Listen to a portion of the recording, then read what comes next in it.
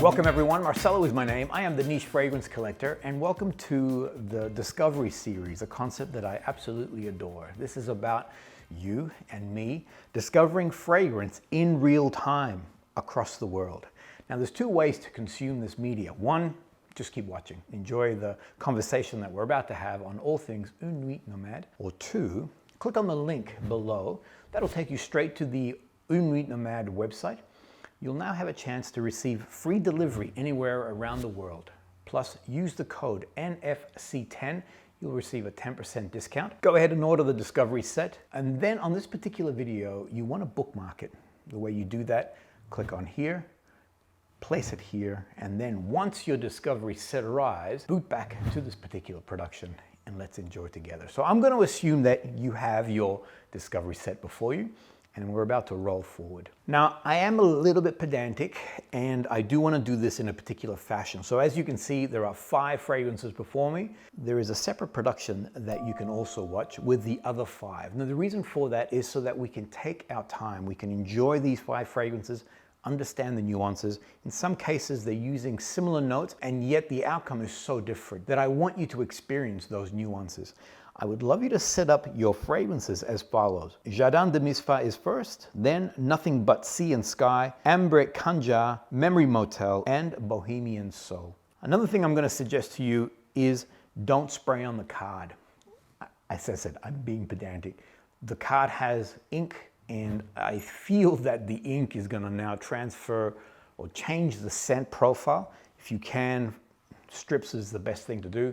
Go to your local store, or even just like a 300 GSM paper, and that'll be more than sufficient for you to spray on. I do want you to spray on skin. That way you can see how it performs on your skin versus how it performs on a card. So how did I discover the brand Une Nuit Nomad? I was in Paris. Perfect way to start any story. I have a touring company. We were taking people from around the world, showing them beautiful fragrances and niche perfumes, and we were in the Javoy boutique. I was with one of the shop assistants. We're walking around admiring this incredible space, and the artwork caught my eye. And then the name, Une Nuit Nomad, a nomadic night. I love all things travel. I love the sense of exploration. I love the sense of adventure. I do believe that every location that you travel to has a particular smell. So when I heard Une Nuit Nomad, fragrances that depict a location, I'm like, tell me more. The shop assistant, super excited, a big fan of the brand, started to run through different elements of it. And I quickly discovered that they have a number of big hitting fragrances. Now, the owners of the business, Alexandra Cubizole and Philippe Solas, now they started their career in the music industry. They were working for Universal Music back in 2006. For those who know, 2008, Spotify launched. And as a result, that created, well, just turmoil within the music industry. It became very brittle. It became this new concept of streaming music as opposed to buying. The model had all changed. And so their job within the business started to, well, they weren't finding it as enjoyable as they used to. Alexandra was the artistic director and Philippe was the marketing manager. On one trip that they went to Bali, they came up with the idea, why don't we start a cosmetic skincare brand? They came back. In 2013, they launched Une Nuit à Bali. It was about a home spa experiences, primarily focusing on skincare, body oils, but they did have a fragrance in there. Because of their skill in artistic directing and in marketing, they quickly expanded their business to 20 major retailers around the world. However, they discovered the skincare cosmetic crowd very fickle, very particular, and very patriotic to whatever skincare regime they're doing. Whereas the fragrance became a bit of a hit. So in 2015, they got rid of skincare, they expanded their fragrances, and relaunched under the name of Une Nuit Nomad, and now created olfactory adventure via their fragrances. All right, let's begin. Let's smell some fragrances. So what I'd love you to do, actually, first thing I'd love you to do is turn your cards over. Don't look at the back. I want you to look at the imagery. So have a look at each of these cards. As you can tell, the artwork, the graphics that are on there are spectacular. And I'd love you to look at that as we begin to experience each of these fragrances. So I'd love you to spray on your card, Jardins de MISFAH. This is deemed as a floral fragrance on the fragrance wheel. As you're smelling your fragrance, I'd love you to look at the artwork and tell me that it doesn't conjure up exactly that kind of imagery. You almost feel like a dusty trail. I can see a stone wall. I'm seeing florals around, but not a European garden. I see it being very dry, almost palm leaf-like. And there is a very particular fleshy fruit note that I'm detecting. Caramel-like, a little bit of spices. So the perfumer to this fragrance here is Jerome Di Marino.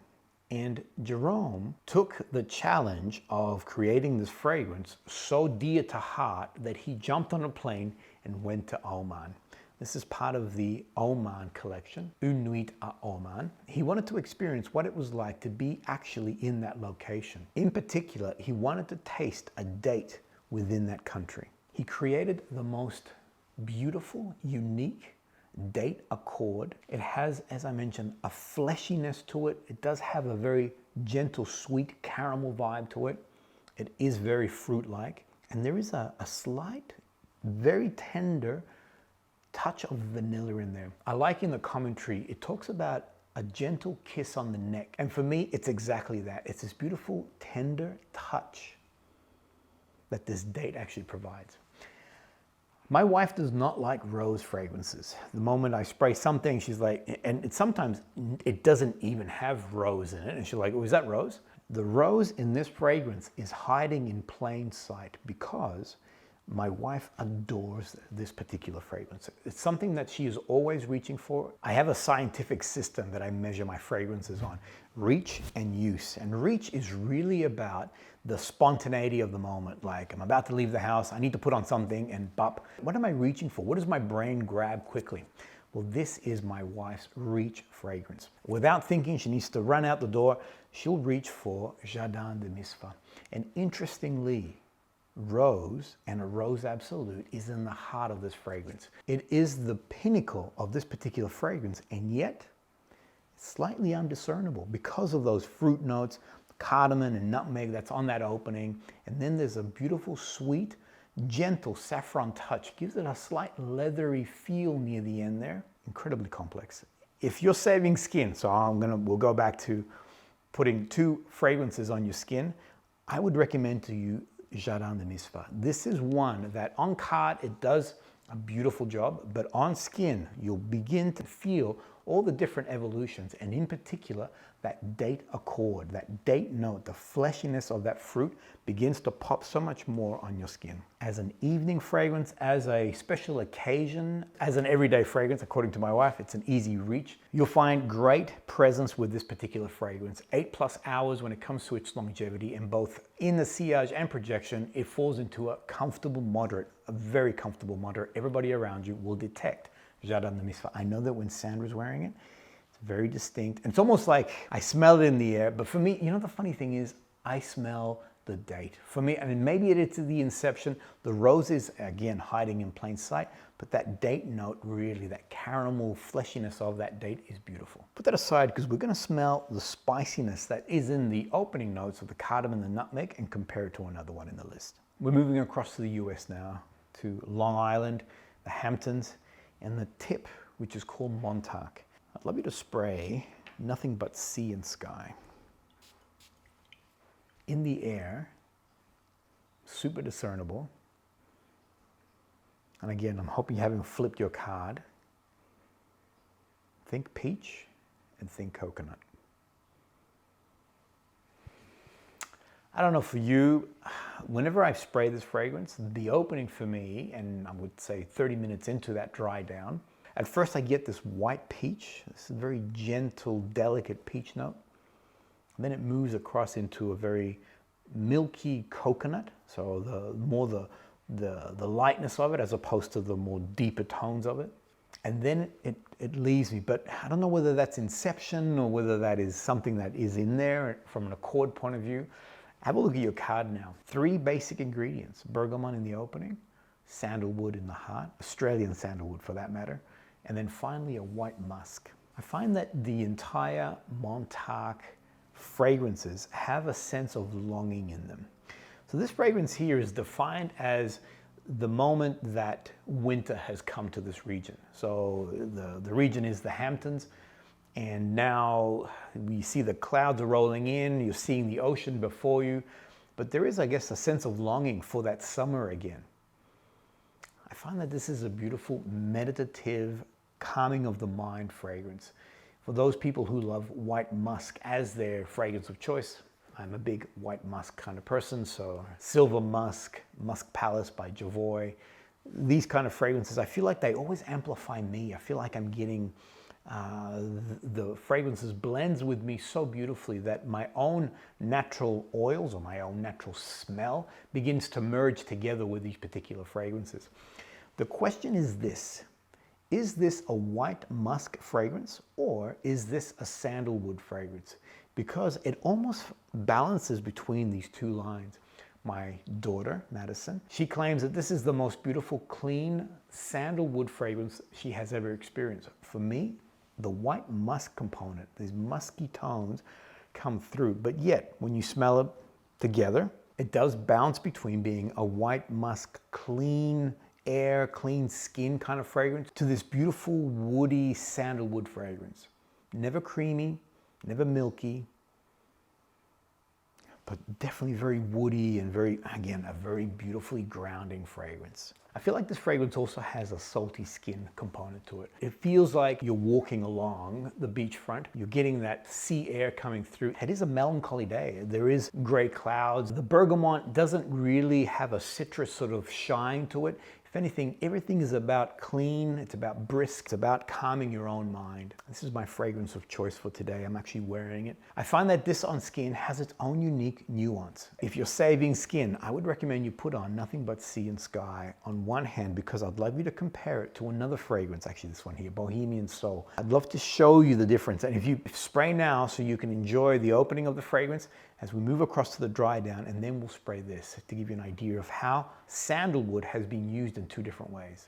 For me, I'm getting 6 hours on this particular fragrance. I feel that it does perform better in heat. So on a sunny day, I feel like the fragrance has a lot more lift. Wearing it today, it's not too bad. The weather is moderate here in Melbourne at the moment.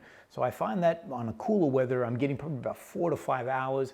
Summery weather, 6 hours easy. And the sillage and projection is between moderate to a low. So it starts off at a moderate and then comes back into a low. It's never a body scent. People are discerning the fragrance on me. And as I said, for me, it blends in with me. It's a mixture of the fragrance and my own musk, my own special Marcelo-ness, and the two fragrances together are divine. I do miss using the word oriental in fragrances. It's moved across to amber. I feel like amber doesn't capture my imagination in the same way as an oriental fragrance. Oriental fragrances was about capturing the spiciness, the boldness, the fortitude that came from these particular fragrances that were unique and different and had an element to them that you were not used to in, I guess, a floral or a dry woods. Amber just conjures up the thought of being warm. So I'd love you to spray AMBRE KHANDJAR and tell me if this doesn't conjure up faraway lands, spices and the Silk Road, food that you've never tried before, of languages being spoken that you don't understand. There is a sense of mystery. There is a sense of being transported to another location by this incredible fragrance. Bold, spicy, strong. It just has all these elements of it. Now, the word khanjar, what is that? It's actually the ceremonial dagger of Oman. And the design of it, the hilt at least, you'll be very familiar. It's the same lid that Amouage use to commemorate their more rectangle bottles. These days, the khanjar is actually used more for ceremonial reasons. Previously, it was used as a weapon. So tell me that this fragrance doesn't have that boldness of that khanjar and what it was capable of doing in a battlefield. The one thing that really pops on that first spray is that gorgeous plum note. It is almost boozy-like, and for me, that booziness, that richness, that dark fruit richness stays throughout the entire fragrance. To define this quickly, it's this dark fruit that merges into a very earthy tobacco with these beautiful vanilla touches.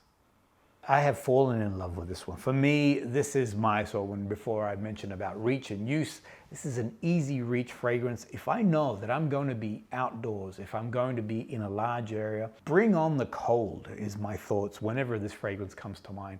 This fragrance has incredible push on it. It has this internal heater. I only put on 3 sprays. I feel like this fragrance just bursts out from me. Normally I'm layered. I'll have a shirt, a jacket, a coat, and yet AMBRE KHANDJAR just explodes from me and begins to permeate no matter what location I'm in. I love the spicy elements that come from this particular fragrance. As I mentioned earlier, there is a sense of a faraway land. I'd love you to flip over your card and have a look at the notes. There's no spices. There's no mention of, because I was intrigued. What is that spice that I'm detecting? Is it cardamom? No, it's not cardamom. There's like a black pepper component to it. There's a dryness in there. The plum note is very pronounced and very distinct. It stays throughout the whole fragrance, but there's no spices. Maybe it's the rich darkness of the fragrance.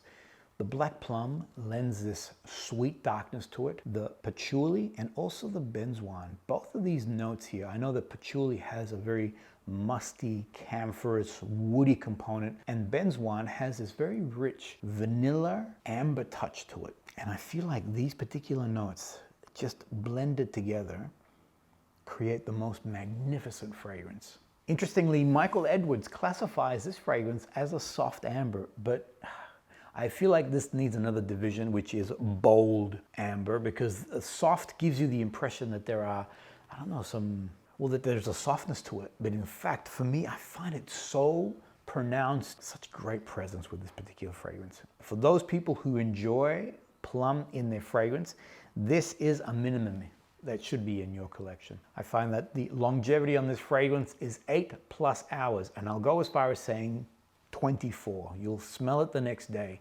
When it comes to its sillage and projection, it's in the high to moderate, but never really comes anything closer. Everybody will detect it. As I mentioned, layered with a whole bunch of clothing, and yet this fragrance pushes out for me without any problems at all. The perfumer again is Jerome Di Marino, and it's clear that both Alexandra and Philippe fell in love with Jerome's expression of Oman as he created both Jardins de MISFAH and AMBRE KHANDJAR. I'd love you to pick up your Jardins de MISFAH. This actually has spices in it.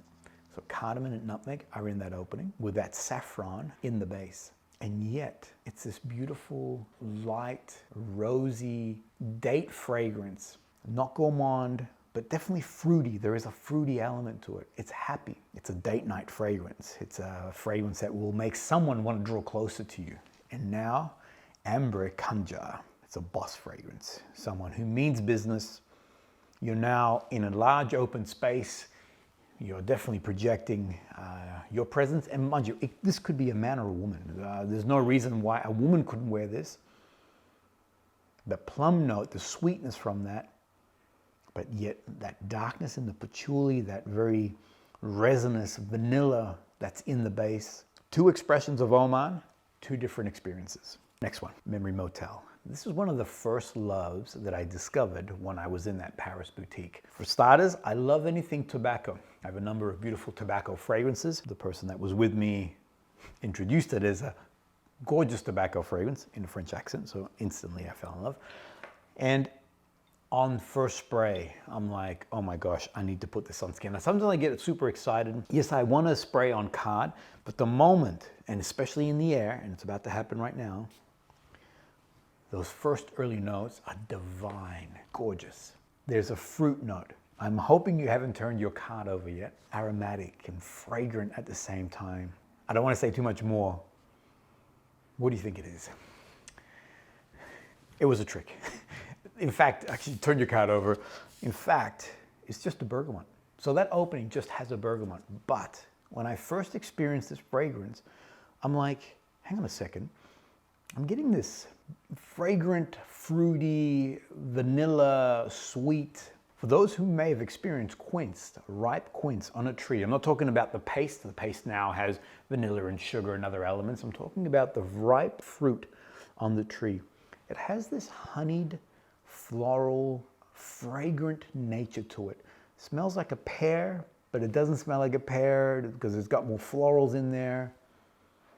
It's sweet, and for me, this is it. When I smelt this, I'm like, oh wow, it's got a quince note. It could be this beautiful balance in there with the tobacco. For me, it's like a blonde tobacco that you're experiencing. And then in the base, you're getting things like patchouli, vanilla. It has a note of carnation. And the truth is, I don't know what carnation smells like in perfumery. I did some research on that. It mentions that it has a spicy, peppery, clove-like element to it. I couldn't detect it. On card, it doesn't work. I know I said, find one that you want to spray on skin. Mine's going to be Memory Motel, because as I go into the dry down, the slight touch of clove, that carnation I'm imagining, is coming through. This alongside the leather note, the patchouli, which I adore, and then that blonde tobacco note, just spectacular. And again, on that opening, it's a fragrant, quince, fruit-like note. Totally awesome, totally awesome. I don't know if, I'd be curious to hear your thoughts. Actually, write in your comments if you are experiencing these fragrances alongside me. Write in your comments as you experiencing these different ones. What are you getting? Do you get a fruit note out of this? Do you get that fragrant, and I'm saying quince because I'm familiar with quince, and it could also be because I do get like a slight honeyness to it. Not far from my quince tree is my beehive, and I do get sometimes these cross scent pollinations occurring within my yard. As the fragrance migrates, it does go into a beautiful patchouli, and I'm going to say it's a balance between that vanilla touch, the leather components that are in there, the patchouli, and then of course that beautiful blonde tobacco that's there. For those who have their fragrances in front of them, I'd love you to compare Memory Motel with AMBRE KHANDJAR. AMBRE KHANDJAR does have a patchouli note, but I want you to smell that one first. Feel the potency of this. For me, I get the plum with a little bit of spices coming through, almost like a cinnamon. But in that base at the bottom, you can detect that woody, earthy patchouli touch that it has. Interestingly, with all its bold and power that AMBRE KHANDJAR has, I feel that Memory Motel is now a much more robust and camphorous and musty patchouli. On card is good, on skin is divine. Gorgeous. Tobaccos are in there. It just, the whole thing is just gorgeous. Exceptional fragrance. If you've had a chance to, if you're testing this, I'd recommend it. Put it on skin. You'll find that the card is good. On skin, is exceptional. This is an easy all-day fragrance. 6+ hours that I'm getting. It's moderate and always stays at a moderate. No matter what I'm doing, the fragrance is there, moving around me. I'll go one more. The more I sweat, the more I move around, I re-emerge into those earlier fruity notes that it has, the honeyness or the sweetness that is in this particular fragrance. The last one for today is Bohemian Soul.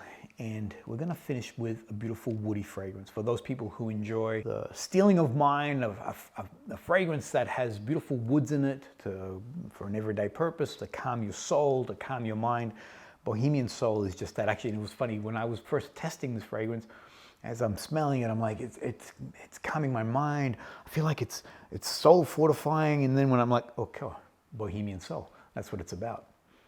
Now, I did spray it earlier, so I'm deep in the dry down there. I'd love you guys to spray this fragrance and don't turn your card over, because this fragrance blows my brain in its composition and the way it's been constructed. So on that opening, as you're experiencing this, you get this green, not necessarily bitter, but there is a green bitterness to it. There is some kind of citrus coming through.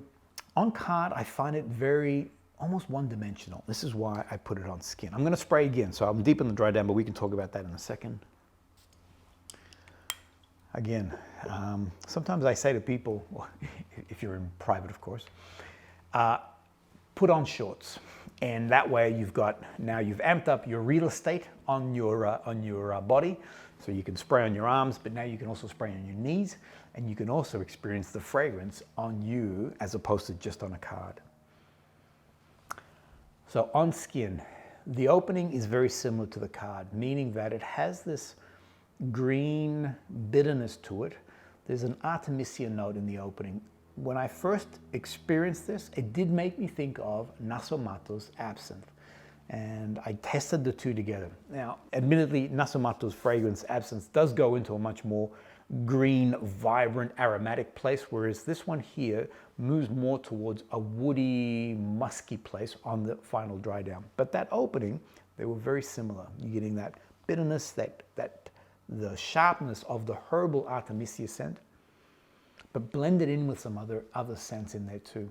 I discovered that it has Olibanum, frankincense, in the opening. It has myrrh in the heart. In no way do I feel that this is an incense fragrance. There is no way. It blows my brain. It's what I was saying earlier. Really surprised me. When I saw the notes, I'm like, how in the world did they make both Olibanum and myrrh so tamed and settled in so well that this almost feels like a beachside aquatic style fragrance?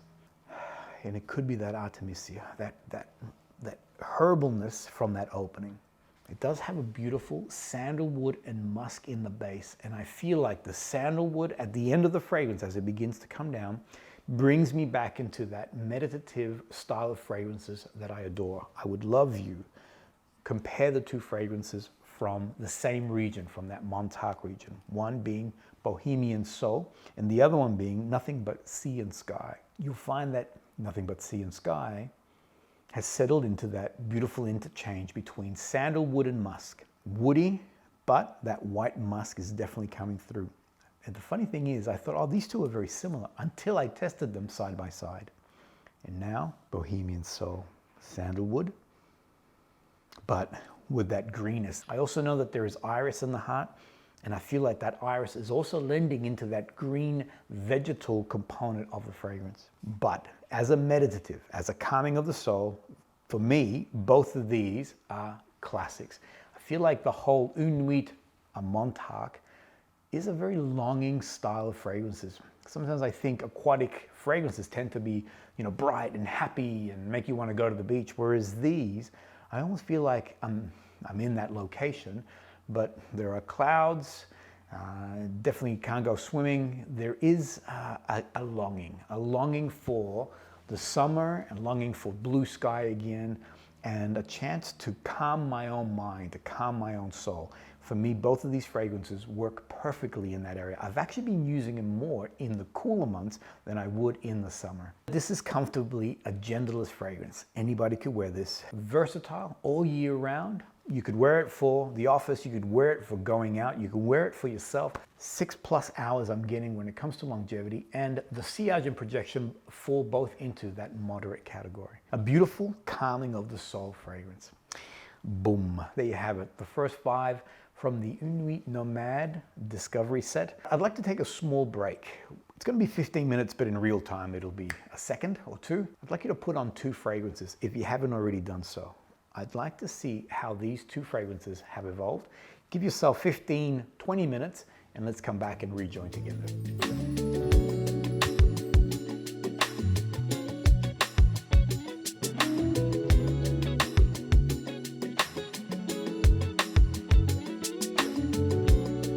Welcome back. So what did you choose? I'll tell you the 2 that I chose, and then see if these sort of line up with what you selected. Admittedly, you saw me spray. So Memory Motel. I've gone away from that fruity-like sweetness that was in that opening. I do detect the carnation. And I'm saying it's carnation because of the spicy clove-like nature, but not clove. So it's not a clove note.